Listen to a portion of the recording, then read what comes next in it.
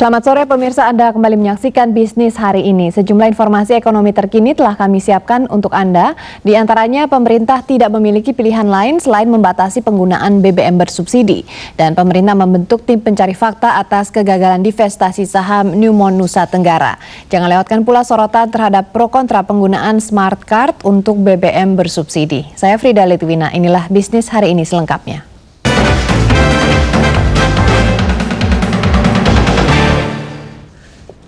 Pemerintah hanya memiliki dua pilihan untuk menghemat subsidi BBM sesuai dengan APBN 2008, yaitu menaikkan harga BBM dan membatasi penggunaan BBM bersubsidi.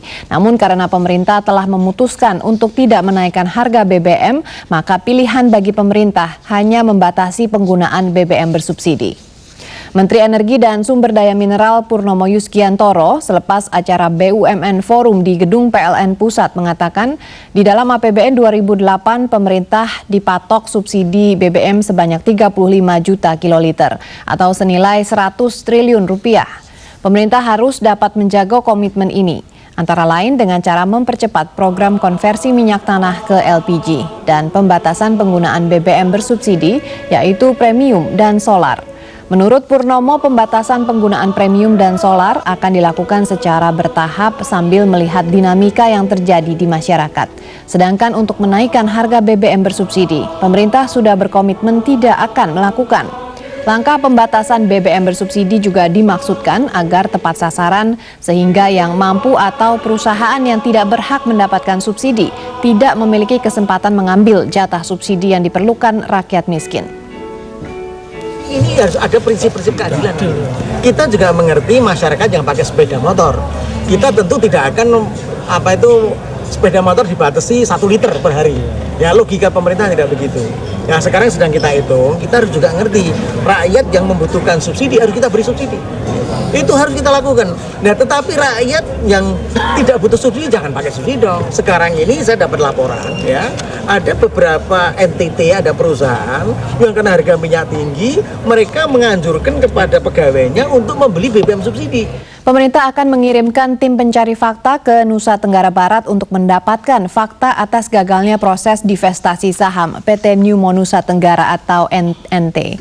Menteri Energi dan Sumber Daya Mineral Purnomo Yuskiantoro mengatakan sesuai dengan rekomendasi yang diajukan oleh pihak NNT, proses divestasi pada 2006 sebesar 3% dan 7% pada 2007.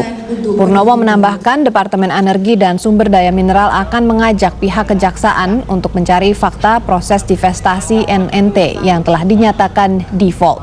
Pemerintah ingin tahu persisnya kegagalan divestasi tersebut apakah ada di pihak NNT atau Pemda, sehingga pengacara negara dapat menyampaikannya secara detail di tingkat hukum yang lebih tinggi.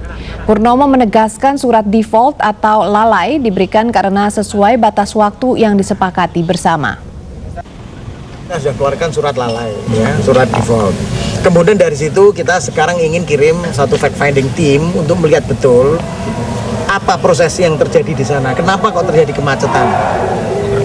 Apakah itu Newmont? Apakah itu Newmont? Apakah itu Pemdanya? Kan kita mesti melihat betul secara jernih. Dan itulah tim fact-finding yang saya akan minta nanti untuk melihat betul di lapangan apa yang terjadi. Berapa lama, Pak? Baru setelah itu nanti kita ingin lihat pada waktu akhir dari default ini ya, tidak serta-merta juga kita langsung putus. Kita lihat juga kita tidak serta-merta gegabah gitu loh. Jadi pemerintah ini selalu melihat betul objektivitas dari